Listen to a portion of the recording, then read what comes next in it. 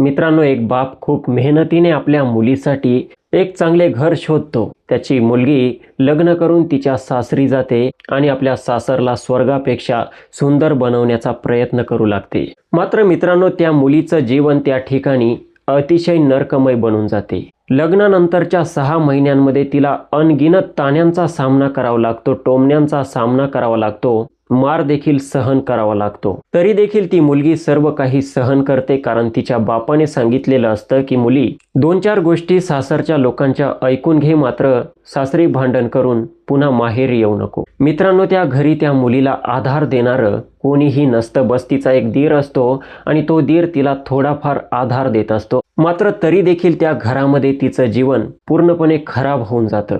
आणि ही गोष्ट जेव्हा त्या मुलीच्या बापाला समजते, तोच बाप जो आपल्या मुलीला अतिशय फुलाप्रमाणे जपत होता आणि खूप प्रेम करत होता, आता त्या बापाला जेव्हा समजते की आपल्या मुलीसोबत असं घडत आहे, त्या बापाचा जो राग असतो तो गगनात देखील मावत नाही.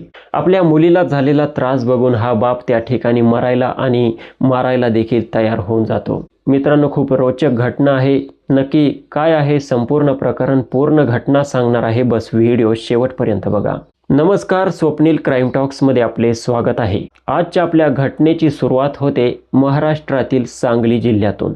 मुलीचे नाव रीता असते. रीताला आणखी एक बहीण असते आणि 2 भाऊ असतात. रीताचे जे वडील असतात हे शेती करत असतात. अतिशय साधारण सुखी कुटुंब असतं. रीताचे वडील शेतीमधून हळद पीक घेत असायचे. दुर्दैवाने रीताची आई ही दुनिया सोडून गेलेली असते. रीताचं 10वीचं शिक्षण आता पूर्ण झालेलं असतं आणि जी रीता असते अतिशय साधारण मुलगी असते, अतिशय भोळी भाबडी मुलगी असते. आपल्या वडिलांची एक देखील गोष्ट ती कधीही टाळत नव्हती. वडिलांनी तिला जसं शिकवलं तसंच ती वागत होती. आता या रीताचे जे वडील असतात हे विचार करतात की रीता सर्वात मोठी आहे, तर रीताचं लग्न करून दिलं पाहिजे. नंतर आपल्याला एक मुलगी आणि 2 मुलं देखील आहे.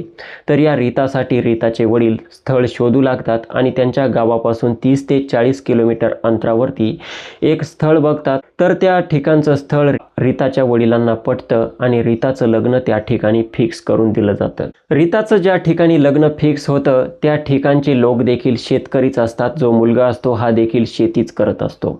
तर आता लग्नासाठी ठरवले जाते की मुलीच्या बापाकडून एक मोटरसायकल पाहिजे, एक सोन्याची चेन पाहिजे, सोन्याची अंगठी पाहिजे आणि 1 लाख रुपये कॅश पाहिजे. विनायक जे असतात यांची परिस्थिती जरी डाऊन असते, विचार करतात की मुलीचं भविष्य अगदी सुखमय झालं पाहिजे, मुलीला आनंद मिळाला पाहिजे आणि मुलगी अगदी व्यवस्थित राहिली पाहिजे. म्हणून मुलीसाठी मुलीचे वडील तडजोड करतात.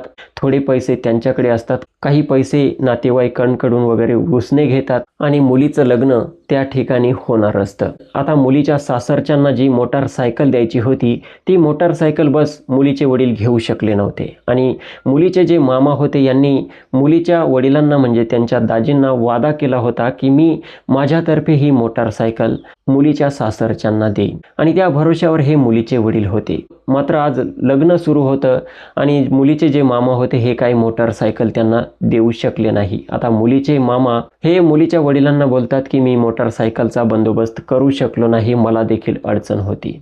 आणि अशा प्रकारे जे विनायक जे असतात हे विनायकजी आपल्या समधीला भेटतात आणि त्यांना बोलतात की आम्ही बाकीच्या गोष्टी तर सर्व केल्या, मात्र मोटारसायकलचा बंदोबस्त आमच्याकडून झाला नाही. मी लगभग 1-2 महिन्यामध्ये तुम्हाला मोटारसायकल पोहोच करून देईन. आता मुलाचे जे वडील असतात हे बोलतात की आता लग्न होत आहे आणि लग्नामध्ये जर तुम्ही मोटारसायकल दिली असती तर खूप चांगलं झालं असतं. मुलीचे वडील त्या ठिकाणी हात पसरतात, बोलतात की तुम्ही थोडंफार समजून घ्या, मोटारसायकल आम्ही नक्की देऊ. मी बस मुलीच्या मामाच्या भरोश्यावर राहिलो. जर ते बोलले नसते तर मी काही करून मोटारसायकल तुम्हाला दिली असती. आणि त्यानंतर ते सर्व काही समजून घेतात सासरचे लोक आणि मुलीचं लग्न होऊन आता ही मुलगी तिच्या सासरी जाते. आता रीता जेव्हा आपल्या सासरी जाते, सासरी गेल्यानंतर सर्व बारीक बारीक कामे लगेच करू लागते. लग्नाला लगभग 4 दिवस होतात. 4 दिवसांपर्यंत सर्व काही ठीकठाक असते. रीताच्या पतीचं नाव असतं अजित आणि अजितच्या लग्नानिमित्त अजितच्या बहिणी देखील त्या ठिकाणी आलेल्या असतात, म्हणजे रीताच्या नंदा देखील त्या ठिकाणी आलेल्या असतात. आता त्यांचं देखील लग्न झालेलं असतं. तर लग्न पार पडल्यानंतर रीताच्या नंदा देखील आपल्या सासरी जाणार होत्या. तर या रीताच्या नंदा आपल्या आईला बोलू लागतात, म्हणजे रीताच्या सासूला बोलू लागतात की आता आम्ही आमच्या सासरी चाललो आहे, आम्ही सासरी घेऊन काय जाऊ, वहिनीने आमच्यासाठी काय आणलं आहे. तर रीताची सासू बोलते की तिने काय आणलं आहे, 4 लाडू आणि 4 बर्फी, हेच घेऊन जा तुमच्या सासरी आणि त्यांना सांगा की आमची जी वहिनी आहे ही भिकाऱ्याच्या घरातून आली आहे. रीताचे सासू आणि रीताच्या नंदा मुद्दामून रीता समोर रीताला ऐकणूक करत होत्या, रीताला जणू काही टोमणा देत होत्या. आता रीता ते सर्व ऐकते, तिला फार तकलीफ होते, वाईट वाटतं, कसं तरी सहन करते. तो दिवस जातो आणि जसे रात्रीची वेळ होते, झोपण्याची वेळ होते, ही रीता आपल्या बेडरूममध्ये जाते आणि त्यानंतर लगभग अर्ध्या तासाने तिचा पती अजित तिच्या बेडरूममध्ये येतो. अजितने थोडीशी ड्रिंक केलेली असते, जी की त्याला सवय असते ड्रिंक करणे. आता अजित जसा या रीताकडे येतो, रीता सांगू लागते की तुमची आई आणि तुमच्या बहिणी असं बोलत होत्या की भिकाऱ्याच्या घरून मुलगी आणली आहे. आता यानंतर जो अजित असतो हा आपल्या नव्या नवरीला बोलतो की मग ते काय चुकीचं बोलले, नाहीतरी तुम्ही लोक भिकारीच आहे, कारण तुम्ही वायदा केला होता की मोटरसायकल देणार, मात्र ती मोटरसायकल देखील तुम्ही देऊ शकले नाही. आता हे सर्व ऐकून रीताला वाईट वाटतं. रीता बोलते की माझ्या वडिलांनी सोन्याची चैन दिली, सोन्याची अंगठी दिली, 1,00,000 रुपये दिले, चांगलं लग्न केलं, तर मोटरसायकल का देणार नाही. आता हे ऐकून जो अजित असतो याला राग येतो आणि बोलतो की तू मला उलटून बोलत आहे. आणि त्यानंतर या रीताच्या गालावरती सनकन कानशिलात लगावतो. रीताच्या गालावरती इतकी जोरदार थप्पड मारली जाते की अजितच्या 3 बोटांचे वन या रीताच्या गालांवरती पडतात, गाल पूर्ण लालबुंद होतात. आता जी रीता असते ही त्याच ठिकाणी रडू लागते आणि तशीच रडत रडत झोपून जाते. आता दुसऱ्या दिवशी जेव्हा रीता उठते, रीताचा एक दीर असतो, अजितचा भाऊ असतो सुजित.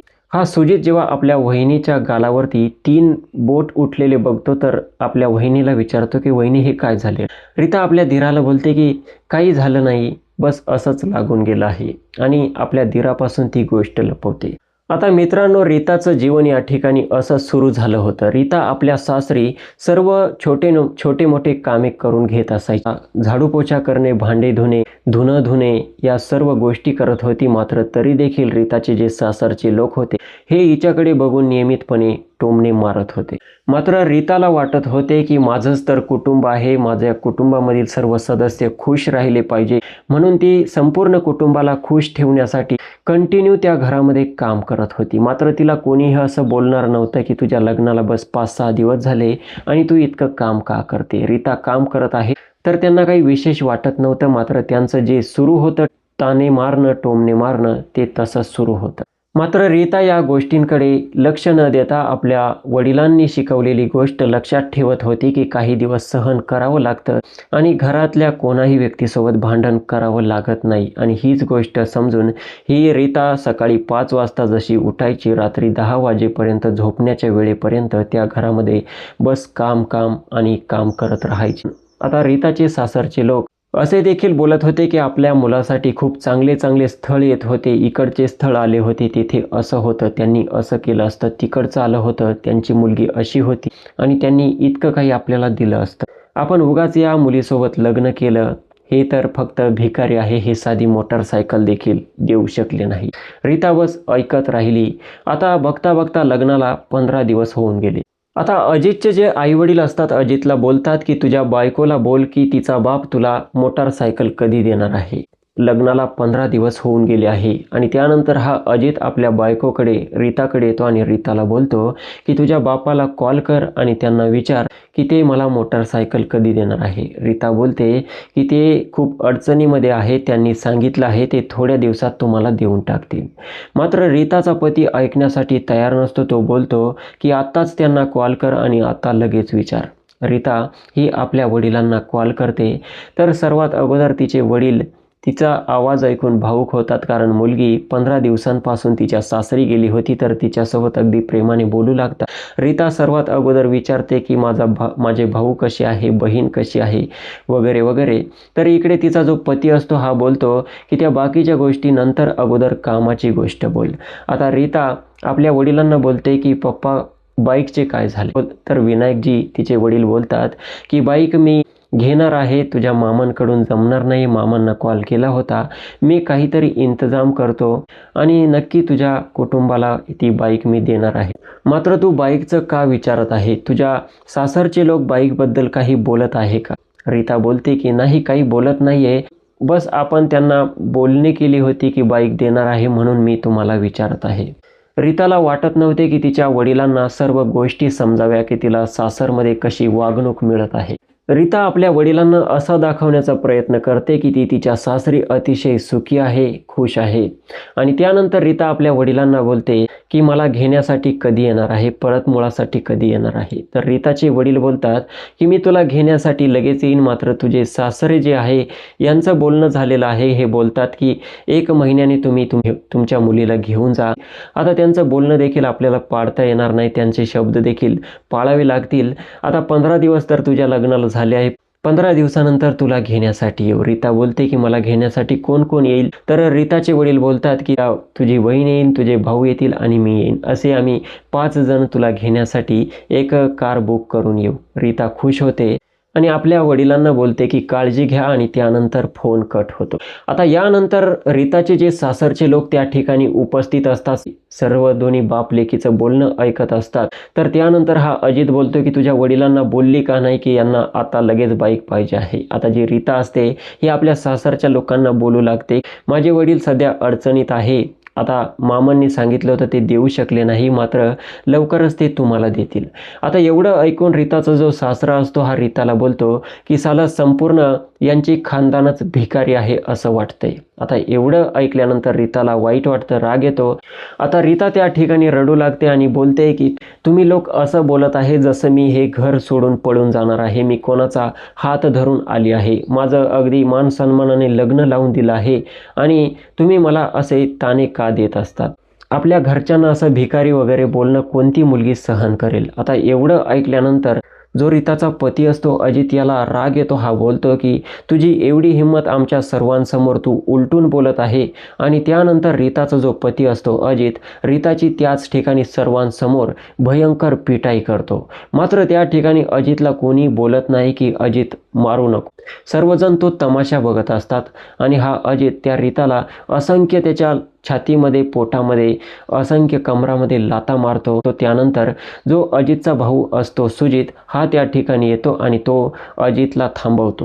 आणि त्यानंतर जो सुजित असतो हा आपल्या कुटुंबाला बोलतो की तुम्ही लोक खूप जालिम लोक आहे, तुम्हाला समजत देखील नाही, लग्नाला बस 15 दिवस झाले आणि या मुलीला तुम्ही असा त्रास देत आहे.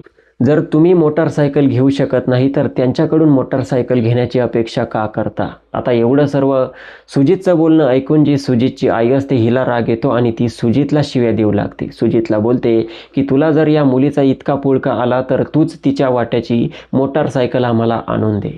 आणि अशा प्रकारे त्या सुजितला देखील बोलून त्या ठिकाणावरून हुसकावून देण्यात येतं. सुजित बिचारा त्या ठिकाणावरून चालल्या जातो. आता मित्रांनो, इतका मार खाल्ल्यानंतर जी रीता असते हिच्या डोळ्यांसमोर अंधारी येते. ही बस रडत राहते, मात्र कोणीही व्यक्तीला शांत करण्यासाठी येत नाही. जो सुजित असतो हाच पाणी घेऊन आपल्या वहिनीकडे येतो आणि बोलतो की या लोकांचं बोलणं मनावरती घेऊ नका, तुम्ही खंबीर वागायला शिका आणि तुमच्या मनाविरुद्ध घडत असलेल्या गोष्टीचा तुम्ही विरोध करत राहा, सहन करू नका, तुम्ही स्पष्ट बोलायला शिका. आणि आपल्या वहिनीला पाणी देखील देतो. मित्रांनो, त्यानंतर तो दिवस कसा तरी जातो आणि दुसऱ्या दिवशी ही जी रीता असते ही विचार करते की माझे वडील जोपर्यंत बाईक देणार नाही तोपर्यंत हे लोक असाच त्रास देत राहतील. तर ही रीता आपल्या अंगावरती जितके काही दागदागिने असतात तिच्या वडिलांनी केलेले असतात, काही नातेवाईकांनी, काही त्या लोकांनी, तर ते सर्व दागदागिने ही काढते आणि आपल्या पतीकडे देते आणि सुजितला बोलते जर माझे वडील बाईक घेऊन देऊ शकत नसतील, त्यांची परिस्थिती डाऊन असेल, तर हे दागदागिने घ्या, या दागदागिन्यांची मला गरज नाही, हे दागदागिने मोडून टाका आणि याची तुम्ही बाईक घेऊन टाका. आता जो सुजित असतो ते सर्व दागदागिने घेऊन आपल्या आईवडिलांकडे जातो आणि आईवडिलांना बोलतो की रीता असं बोलत होती. तर रीताचे जे सासू सासरे असतात हे आपल्या मुलाला बोलतात की ठीक आहे, हे दागदागिने आता आपल्याकडेच ठेवायचे आणि जोपर्यंत तिचा बाप आपल्याला बाईक आणून देत नाही तोपर्यंत हे दागदागिने तिला अजिबात द्यायचे नाही. आता मित्रांनो, बघता बघता आणखी 15 दिवस जातात आणि आता रीताला आपल्या वडिलांची आठवण येते. रीता विचार करते की आपले वडील महिन्याने घेण्यासाठी येणार होते. तर रीता आपल्या वडिलांना कॉल करते. तिकडे तिचे वडील विनायकजी फोन उचलतात आणि त्यानंतर ही रीता आपल्या वडिलांची हालचाल विचारते, त्यांची तब्येत विचारते आणि बोलते की तुम्ही केव्हा येणार आहे. विनायकजी बोलतात की आम्ही येणारच आहे, बस आता भाड्याची जी कार बुक केली आहे ही आली की आम्ही येतो. रीता बोलते की मला घेण्यासाठी कोण कोण येईल. तर तिचे वडील सांगतात की तुझी बहीण येईन, तुझे भाऊ येईन, आम्ही सर्वजण येणार आहे. आता ही रीता आपल्या वडिलांना बोलते की पप्पा येताना भरपूर सारी मिठाई आणि फळं देखील घेऊन या. आता रीताचे वडील असतात, बोलतात की बेटा ही देखील काही सांगण्यासारखी गोष्ट आहे का, मी नक्की घेऊन येईन. रीता बोलते की आणताना थोडं जास्त सामान घेऊन ये. अशा प्रकारे रीताचे वडील असतात, यांना देखील समजते की मुलगी का बोलत आहे. आणि त्यानंतर रीताचे भाऊ, रीताची बहीण, रीताचे वडील रीताच्या घरी येऊन पोहोचतात. रीता जेव्हा आपल्या वडिलांकडे बघते, रीता पळतच जाते आणि आपल्या वडिलांच्या गळ्यात पडून त्या ठिकाणी ओक्साबोक्शी रडू लागते. आता रीताचे वडील स्वतःला कंट्रोल करतात, मात्र मुलीचं हे सर्व प्रेम बघून त्यांच्या देखील डोळ्यातून अश्रू निघतात. आणि रीताचे वडील रीताच्या अंगावरती बघतात तर एक देखील दागदागिना, एक देखील आभूषण नसते. आता रीताचे वडील रीताला विचारतात की तुझ्या अंगावरील दागदागिने, सोने नाणे कुठे गेले. तर रीता सांगते की आमच्या या ठिकाणी खूप चोऱ्या होत असतात, त्यामुळे मी घाबरून सर्व दागदागिने काढून ठेवले आहे. रीताचे वडील ती गोष्ट मान्य करतात आणि त्यानंतर रीता तयारी करू लागते. आता रीताच्या बहिणी असतात, या रीताला बोलतात की आम्हाला तुझं संपूर्ण घर दाखव, आम्हाला दाजींसोबत बोलायचं आहे, दाजींना बघायचं आहे. तर रीता ही आपल्या बहिणींना घर दाखवण्यासाठी घेऊन जाते. इकडे रीताची जे सासू सासरे असतात हे रीताच्या वडिलांजवळ येऊन बसतात आणि सर्वात अगोदर हे तेच बोलतात की आम्ही विचार केला होता की तुम्ही बाईक घेऊन द्याल, मात्र लग्नाला महिना झाला तरी तुम्ही बाईक घेऊन दिली नाही. आता रीताचे वडिलांकडे कोणतंही उत्तर यांना देण्यासाठी नसतं. रीताचे वडील बोलतात की मी खूप प्रयत्न केला, मात्र माझ्या मेहुण्याने मला धोका दिला, तो इंतजाम करू शकला नाही, म्हणून तुम्हाला ही अडचण आली. तुम्ही काळजी करू नका, मी इथून गेल्यानंतर बाईकचा नक्की बंदोबस्त करतो आणि तुम्हाला तुमची बाईक पोहोच करून देईन. जो अजित असतो हा देखील आपल्या सासऱ्यांना बोलतो की माझे देखील मित्र परिवार असतात, हे विचारतात की सासूरवाडीवरून काय भेटलं, तर मला देखील त्यांना सांगण्यासाठी उत्तर नसतं, मला लवकरच बाईक पाहिजे आहे म्हणजे पाहिजे आहे. एवढं बोलून विनायकचा जो जावई असतो हा त्या ठिकाणून रागाने उठून निघून जातो. आता जे विनायक जे असतात हे फक्त त्या ठिकाणी शांत बसतात, सहन करतात. आता त्यानंतर रीताचे वडील रीताला बोलतात की रीता आवरले असेल तर चल. रीता बोलते की माझं केव्हाची तयारी झाली आहे, चला. आणि त्यानंतर रीता आपली तयारी करून आपल्या वडिलांकडे जेव्हा येऊ लागते, रीताचे वडील बोलतात की हे काय बेटा, लग्नाला बस महिना झाला आहे आणि तुझ्या अंगावरती एक देखील दागिना नाही, एक देखील आभूषण नाही, आपल्या इकडचे लोक काय बोलतील, काय विचार करतील. तर रीता बोलते की जाऊ द्या, काही फरक पडत नाही, चोर येतात म्हणून मी काढून टाकले. आता त्या ठिकाणी रीताच्या ज्या नंदा होत्या या देखील आल्या होत्या.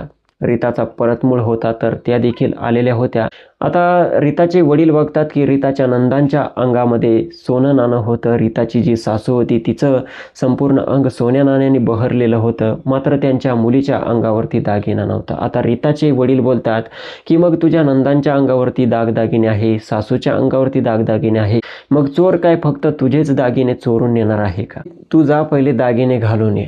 आणि त्यानंतर ही रीता आपल्या बहिणीसोबत आपल्या सासूकडे जाते आणि सासूला बोलते की माझे दागिने द्या, मी तेथून आल्यानंतर तुम्हाला परत देईन. मात्र त्यानंतर रीताची जी सासू असते, रीताच्या नंदा असतात, रीताला बोलू लागतात. रीताचा पती अजित देखील तेथेच असतो. तर रीता जेव्हा असं बोलते तर अजित बोलू लागतो की जसं तुला पाठवत आहे तसंच जा, जास्त जीभ चालवू नको, नाहीतर इथेच तुझ्या 3-4 कानशिलात लगावे. तुझ्या बापाला स्पष्ट सांग की आम्हाला बाईक पाहिजे म्हणून यांनी दागदागिने घेतले आहे, जोपर्यंत ते बाईक देणार नाही तोपर्यंत दागदागिने देणार नाही. आता या ठिकाणी रीताची जी बहीण असते ही देखील सर्व कहाणी त्या ठिकाणी ऐकते, सर्व कुटुंबाचं बोलणं ऐकते. मात्र रीता जी असते आपल्या बहिणीला शांत करते, बहिणीला बोलते की याबद्दल वडिलांना काही सांगू नको. आणि त्यानंतर रीता आणि तिची बहीण त्याच्या वडिलांकडे येतात आणि बोलतात की पप्पा काय सोनं नाणं घातलंच पाहिजे असं काही नाही, मला तसंही त्यामध्ये काही शौक नाही आहे, इंटरेस्ट नाही आहे, मी तुमच्याकडे येत आहे तर चला मला घेऊन चला. आणि त्यानंतर रीताचे वडील रीताला घेऊन आपल्या घरी घेऊन येतात. मात्र रीताचे वडील जे होते हे गरीब तर होते, मात्र बेवकूफ नव्हते. त्यांना कळून चुकलं होतं की आपण ज्या ठिकाणी संबंध जमवले हे संबंध जमवण्यात आपल्याकडून खूप मोठी चूक झाली आहे. आता मित्रांनो, अशा प्रकारे रीताच्या लग्नाला लगभग 3 महिने होत आले आणि ही रीता दुसऱ्या दिवशी आपल्या सासरी जाणार होती. तर आपल्या वडिलांना पुन्हा बोलते की पप्पा बाईकचे काय झाले. तर तिचे वडील बोलतात की तू बाईकबद्दल का टेन्शन घेत आहे, तुझे सासरे आणि मी बघून घे.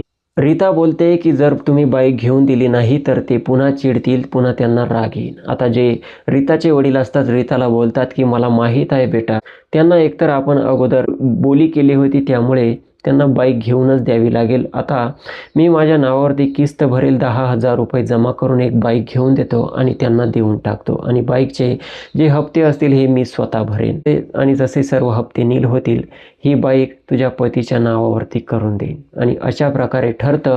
रीताचे वडील रीताच्या सासरच्या लोकांसाठी बाईक खरेदी करतात आणि रीताला घेऊन तिच्या सासरी येऊन पोहोचतात. सासरी आपल्या व्याहीला भेटतात आणि व्याहींना सांगतात की मी ही बाईक हप्त्यावरती घेतली आहे, हिचे हप्ते मी भरणार आहे. आता तुम्ही काही टेन्शन घेऊ नका, काळजी करू नका. माझी मुलगी जी आहे ही अतिशय भोळी आहे, भाबडी आहे, हिला बस समजून घ्या.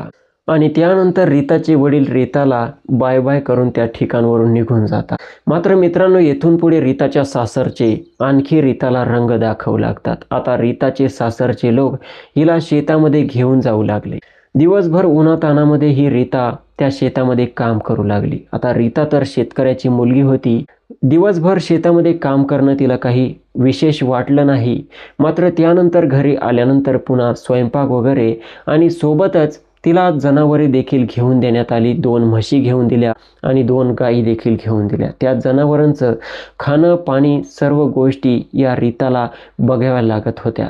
इतका लोड रीताच्या सासरच्यांनी रीतावरती टाकला होता. रीता काम तर आपल्या घरी माहेरी देखील करत होती, मात्र इकडे सासरचे लोक तिच्याकडून डबल टिबल काम करून घेत होते. रीताला वाटत होते की आपले सासरचे जे लोक आहे हे बस खुश राहिले पाहिजे, आपल्या घरामध्ये शांतता टिकून राहिली पाहिजे आणि सुख समृद्धी नांदली पाहिजे. म्हणून ती विचार करत नाही की आपल्याला किती काम करावं लागत आहे आणि किती तकलिफीचा सामना करावा लागत आहे. जेव्हा रीताला तिच्या वडिलांचा कॉल यायचा, रीता आपल्या वडिलांसोबत अगदी हसून बोलत असायची. त्यांना बोलायची की मी खूप खुश आहे. आणि जेव्हा त्या वडिलांचा तिला व्हिडिओ कॉल यायचा, रीता आपल्या घरामध्ये जाऊन त्यांच्यासोबत बोलायची, दाखवायची की जणू काही मी आराम करत आहे. मात्र इकडे खरी कहाणी रीताची काहीतरी वेगळीच होती. रीताला वाटत नव्हते की तिच्या वडिलांना समजावं की रीताला किती काम करावं लागतं आणि किती दुःख सहन करावं लागत आहे. मात्र रीताचे वडील रीताला जेव्हा व्हिडिओ कॉलवरती जेव्हा बघतात तेव्हा त्यांची पायाखालची जमीन सरकते. त्यांना रीताचा चेहरा खूप पडल्यासारखा दिसतो, खूप सुकल्यासारखा दिसतो. जसं की आपण एखाद्या बहरलेल्या झाडाकडे बघितलं आणि अचानक ते झाड पूर्ण सुकून गेलं, जळून गेलं, अशा प्रकारे रीताची अवस्था रीताच्या वडिलांना दिसते. आता रीताचे वडील रीताला विचारतात की नक्की काय प्रॉब्लेम आहे, तू जेवण करत नाही का? रीता बोलते की नाही, तसं काही नाही, मी कदाचित इकडे आले, पाणी बदल झाला त्यामुळे माझ्या तब्येतीमध्ये असा फरक दिसत असेल, मात्र मी इकडे खूप खुश आहे, खूप सुखी आहे. अशा प्रकारे रीता आपल्या वडिलांना खोटं सांगत असायची. आता मित्रांनो, या रीताला इतकं काम होतं की या कामामुळे आणि जास्त दगदगीमुळे हिला जेवण देखील जात नव्हतं. रीता अतिशय बारीक होऊन गेली होती, अतिशय थकली होती. आणि असंच एक दिवस रीताच्या वडिलांचा रीताला कॉल येतो. तर ही रीता हिच्या बोलण्यातून जाणवत होतं की रीता किती तकलीफमध्ये आहे. ती अतिशय दुःखद स्वरात आपल्या वडिलांसोबत बोलत होती. तर तिचे वडील विचारतात की रीता नक्की काय झालंय, तू ठीक तर आहे ना? रीता बोलते की काही नाही, बस मला थोडासा थकवा आला होता. रीता खरं तर सांगण्यासाठी तयार नव्हती, मात्र रीताच्या वडिलांना थोड्या गोष्टी समजत होत्या की रीता नक्की आपल्यापासून काहीतरी लपवत आहे. आता रीताचे वडील पुन्हा संध्याकाळी कॉल करतात, पुन्हा सकाळी कॉल करतात, पुन्हा संध्याकाळी कॉल करतात. रीता एवढंच सांगते की मी ठीक आहे, मात्र रीताचा आवाज रीताची अवस्था सांगून जात होती की रीता अजिबात ठीक नाही आहे. तर असंच एक दिवस दुपारची वेळ असते. ही रीता आपल्या गायींच्या गोठ्यामध्ये शेण वगैरे उचलत असते. तितक्यात तिचे वडील त्या ठिकाणी येऊन पोहोचतात आणि आपल्या मुलीला ते शेण वगैरे काढताना बघतात. रीता काम करते याचं त्यांना दुःख होण्यापेक्षा जास्त दुःख याचं होतं की रीताचा चेहरा अतिशय पडलेला असतो. रीता अतिशय दुःखात दिसत असते. रीता अक्षरशः कणत असते. रीताचे वडील रीताजवळ जाऊन बघतात, तिच्या डोक्याला हात लावतात. तर रीता तापाने पूर्णपणे फणफणलेली होती आणि तरी देखील त्या अवस्थेमध्ये ती त्या ठिकाणी काम करत होती. रीता देखील आपल्या वडिलांना बघून हैराण होती, विचार करते की पप्पा अचानक या ठिकाणी कसे आले. कारण हे होतं की रीताची जी बहीण होती, रीताला जेव्हा घेण्यासाठी आली, रीताचे घरचे रीताला काय काय बोलले होते हे सर्व रीताच्या बहिणीने रीताच्या वडिलांना सांगितले होते. आणि त्यामुळे रीताच्या वडिलांना कळून चुकले होते की आपल्या मुलीचे तिच्या सासरी किती हाल चालू असावे. आणि आता त्यांनी प्रत्यक्ष येऊन जेव्हा बघितलं, त्यांच्या तळपायाची आग मस्तकात गेली. आता रीता जेव्हा आपल्या वडिलांना बघते, आपल्या वडिलांना बिलगून त्या ठिकाणी रडू लागते. आता मित्रांनो, वडिलांना देखील आपल्या मुलीला अशा अवस्थेत बघून त्या ठिकाणी वाईट वाटतं. त्यांचे देखील अश्रू निघतात आणि बघता बघता त्या ठिकाणी रीताचे सासू सासरे देखील येऊन पोहोचतात. आणि लगभग काही मिनिटानंतर रीताचा जो पती असतो अजित, हा देखील मोटारसायकलवरून त्या ठिकाणी येऊन पोहोचतो. आता त्यानंतर रीताचे जे वडील असतात हे आपल्या व्याहीला बोलतात की तुम्हाला थोडी देखील लाज वाटत नाही का? माझी मुलगी मी अशा अवस्थेत तुमच्याकडे पाठवली होती का? तुम्हाला शरम वाटली पाहिजे. मुलगी तापाने फणफणलेली आहे आणि या अवस्थेमध्ये तुम्ही दुसऱ्याच्या लेकराला अशा प्रकारे काम करायला सांगत आहे. आता रीताचे जे वडील असतात यांना भयंकर राग आलेला असतो. आणि एवढं सर्व बोलत असताना जो रीताचा पती होता, जो की ड्रिंक करत होता, हा ड्रिंक करून आलेला असतो, तर हा रीताच्या वडिलांना बोलतो की तुला काय वाटते, तुझ्या मुलीला येथे आम्ही राणी बनवून ठेवावं का? तिला फुकट आम्ही पोसवावं का? आता एवढं ऐकून रीताचे जे वडील असतात यांना देखील वाईट वाटतं. रीताच्या वडिलांना समजते की रीताला तिच्या पतीने कसं दुःख दिलं आहे, कशी मारहाण केली आहे. रीताचे वडील त्या ठिकाणी भयंकर चिडतात आणि या अजितच्या 2-3 कानशिलात लगवतात आणि बोलतात की मला तुमच्या घरी माझी मुलगी 1 मिनिटं देखील ठेवायची नाही आहे. आणि त्यानंतर त्याच अवस्थेत आपल्या मुलीला आपल्या बाईकवरती बसवतात आणि त्या ठिकाणावरून घेऊन जातात. रस्त्यामध्ये जे हॉस्पिटल लागते त्या हॉस्पिटलमध्ये मुलीचा इलाज करण्यात येतो आणि तिला आपल्या घरी घेऊन जातात. रीता आता आपल्या वडिलांसोबत आपल्या माहेरी जाऊन पोहोचते. आता लगभग रीता आपल्या वडिलांच्या घरी 15 दिवस आराम करते. 10-15 दिवसानंतर रीताचे वडील रीताला घेऊन डिस्ट्रिक्ट कोर्टामध्ये जातात आणि त्या ठिकाणी एका वकील साहेबांना भेटतात आणि त्यांना आपल्या मुलीसोबत घडलेली संपूर्ण कहाणी सांगतात. त्यांना सांगतात की ही माझी मुलगी आहे, अतिशय साधारण साधी भोळी मुलगी आहे. हिच्यासोबत हिच्या सासरच्या लोकांनी असं काम केलं आहे. माझ्या मुलीचं जीवन हिच्या सासरच्यांनी अतिशय नरकमय बनवून टाकलं आहे.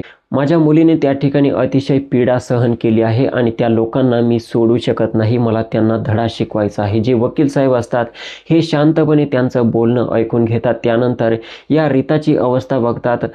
वकील साहेबांना कळून चुकतं की या मुलीने किती काही सहन केलेलं असेल. आता जे वकील साहेब असतात हे रीताला विचारतात की मुली तुझं शिक्षण झालंय का? रीता सांगते की हो, 10वी पर्यंत शिकली आहे.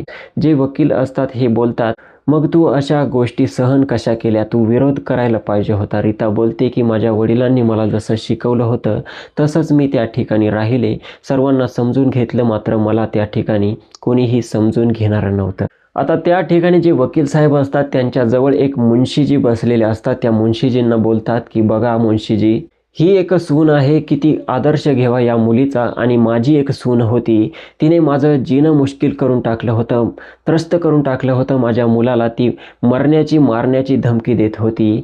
आम्ही खूप मुश्किलीने तिला 20 लाख रुपये देऊन तिच्याकडून घटस्फोट घेतला होता. आणि ही एक मुलगी आहे.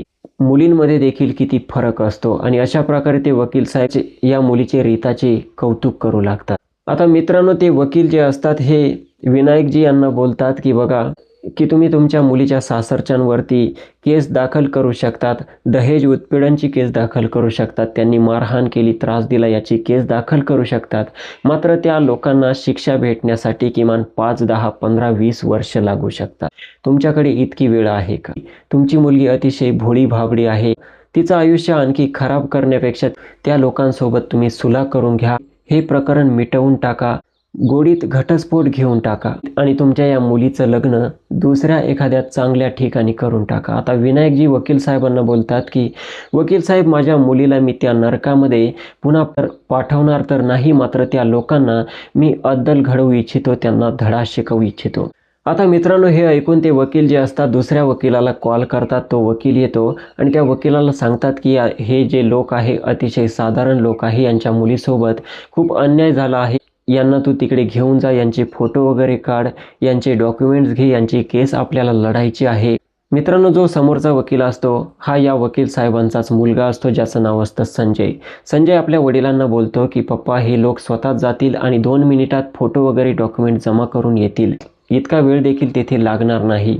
तर वकील साहेब बोलतात की मी तुला सांगतोय, तू जा, यांच्यासाठी नाश्ता पाणी कर, हे खूप चांगले लोक आहे. आणि त्यानंतर तो संजय तिकडे रीताला आणि तिच्या वडिलांना घेऊन जातो, त्यांचे फोटो वगैरे काढतो. आणि इकडे जे मुन्शीजी बसलेले असतात वकील साहेबांजवळ, यांना वकील साहेबांचं असं बोलणं वगैरे वागणं बघून थोडं विशेष वाटतं. तर हे बोलतात की साहेब, हे लोक तुमच्या जवळचे आहे का? तर हे वकील साहेब बोलतात की माझ्या जवळचे नाही, मात्र ही जी मुलगी आहे ही मला खूप आवडली आहे, कारण माझी जी सून होती हिच्या व्यतिरिक्त हिच्या विरुद्ध दिशेने होती, आणि ही मुलगी किती संस्कारी मुलगी आहे, किती सहनशीलता आहे हिच्यामध्ये, आणि या मुलीचं लग्न मी माझ्या मुलासोबत करू इच्छितो. आता मुन्शीजी बोलतात की असं कसं तुम्ही विचार केला आणि लगेच तुमच्या मुलासोबत हिचं लग्न होईल? तुमच्या मुलाला देखील ही मुलगी आवडली पाहिजे, मुलीला मुलगा आवडला पाहिजे, मुलीच्या वडिलांना आवडला पाहिजे, तुमच्या घरच्या तुमच्या मिसेसला आवडलं पाहिजे. वकील साहेब बोलतात की माझा मुलगा जो आहे अतिशय समजदार आहे, हा माझ्या शब्दाच्या पुढे जाणार नाही, माझी पत्नी देखील माझ्या शब्दाच्या पुढे जाणार नाही, बस मला त्या मुलीच्या वडिलांना विचारावं लागणार आहे. मुन्शी जो असतो याला ही गोष्ट अतिशय वेगळी वाटते. मुन्शी बोलतो की कुठे ते गरीब लोक आणि कुठे तुम्ही असा कसा विचार करत आहे? तर वकील बोलतात की यामध्ये गरीब आणि श्रीमंती बघावी लागत नाही, तर 2 मनं एकत्र झाले पाहिजे, 2 मनं अतिशय खुश राहिले पाहिजे. माझा मुलगा या मुलीसोबत खुश राहू शकतो, आणि या मुलीने इथून मागे जो त्रास सहन केला, हिला आयुष्यात कधी सहन करावा लागणार नाही, ही देखील माझ्या घरी अतिशय सुखी राहू शकते. आता जे मुन्शी असतात हे बोलतात की बस साहेब, मी तुम्हाला मानले, तुमच्यासारखे जर सर्वच लोक असते तर या दुनियेमध्ये असे वादविवाद कधी झालेच नसते, आणि सर्व मुली अतिशय सुखी राहिल्या असते. आता मित्रांनो, यानंतर त्यांचा मुलगा संजय त्यांचे फोटो वगैरे काढून येतो, आणि नंतर त्यांची जे डॉक्युमेंट्स असतात त्याची कारवाई होते, आणि त्यानंतर ती केस त्या ठिकाणपासून सुरू होते. यानंतर संजयचे वडील वकील साहेब संजयला विचारतात की संजय, ती मुलगी तुला कशी वाटली? संजय बोलतो, मुलगी ठीक वाटली, स्वभावाने देखील ठीक आहे. आता संजयचे वडील विचारतात की ती मुलगी दिसायला तुला कशी वाटते? संजय बोलतो की दिसायला देखील सुंदर आहे. संजयचे वडील बोलतात की मग तू या मुलीसोबत लग्न करू शकतो का? संजय बोलतो की असं कसं मी लग्न करू शकतो? ती देखील तर तयार झाली पाहिजे. संजयचे वडील बोलतात याचा अर्थ तू तयार आहे. संजय बोलतो की काही हरकत नाही, मी देखील घटस्फोटित आहे आणि ती देखील घटस्फोटित आहे. जर मी एखाद्या फ्रेश मुलीसोबत लग्न केलं तर माहीत नाही ती मुलगी पुन्हा कशी राहील, कशी असेल. आणि अशा प्रकारे जे वकील साहेब असतात खुश होतात आणि ती केस लढू लागतात. आता त्वरित सनाचे जे सासरचे लोक होते यांच्या विरुद्ध कारवाई केली जाते, यांना कोर्टपर्यंत बोलावून घेण्यात येतं, आणि जे वकील साहेब असतात त्या लोकांना पर्सनली भेटतात आणि त्यांना बोलतात की तुमची जिंदगी मी नरकमय करून टाकेल, तुम्हाला मी कुठलंच सोडणार नाही. जे सनाचे सासरचे लोक असतात हे या वकील साहेबांच्या हातापाया पडू लागतात की आम्हाला माफ करा, आम्हाला या केसमधून काही करून सोडून द्या. आता अखेर ते वकील साहेब जे असतात विनायकजींना सोबत घेतात, त्या लोकांना सोबत घेऊन बसवतात, त्यांना सांगतात की तुम्हाला मी एकाच अटीवरती सोडू शकतो, या मुलीचं तुम्ही जे काही दागदागिने घेतलेले आहे, जी बाई घेतलेली आहे, या मुलीच्या वडिलांना देऊन टाका, आणि या मुलीचा विषय सोडून द्या, हिला तलाक देऊन टाका. सनाचे सासरचे लोक कोर्ट कचेरीला इतके घाबरलेले असतात की ते एका पायावरती तयार होतात, आणि लवकरात लवकर चा घटस्फोट त्या ठिकाणी करण्यात येतो. आता ही केस जोपर्यंत सुरू होती 3 ते 4 महिने हे रीताचे जे वडील होते वकील साहेबांना बस एकच विचारत होते की साहेब तुमची फीज किती होईल मला सांगा, त्यानुसार मला ती फीज जमवावी देखील लागेल, मला लोन देखील घ्यावं लागेल. मात्र वकील साहेब बोलायचे की जेव्हा ही केस पूर्ण होईल तेव्हा मी माझी फीज सांगेल. आता रीताचे वडील वकील साहेबांकडे येतात आणि त्यांच्यापुढे हात पसरतात, बोलतात की तुमच्यामुळे हे सर्व काही शक्य झालं. त्या लोकांना आता चांगली शिक्षा मिळाली आहे, ते कोणत्याही मुलीचं असं आयुष्य पुन्हा खराब करणार नाही. मात्र आता मला सांगा तुमची फीज किती झाली? आता वकील साहेब बोलतात, हो मला माझी फीज पाहिजे आहे. कसं आहे विनायकजी, ही केस लढताना या केसमध्ये मी माझा देखील स्वार्थ बघत होतो, कारण तुमची मुलगी मला माझ्या मुलासाठी खूप पसंत आली आहे, आणि माझ्या मुलाला तर तुम्ही बघितलंच आहे.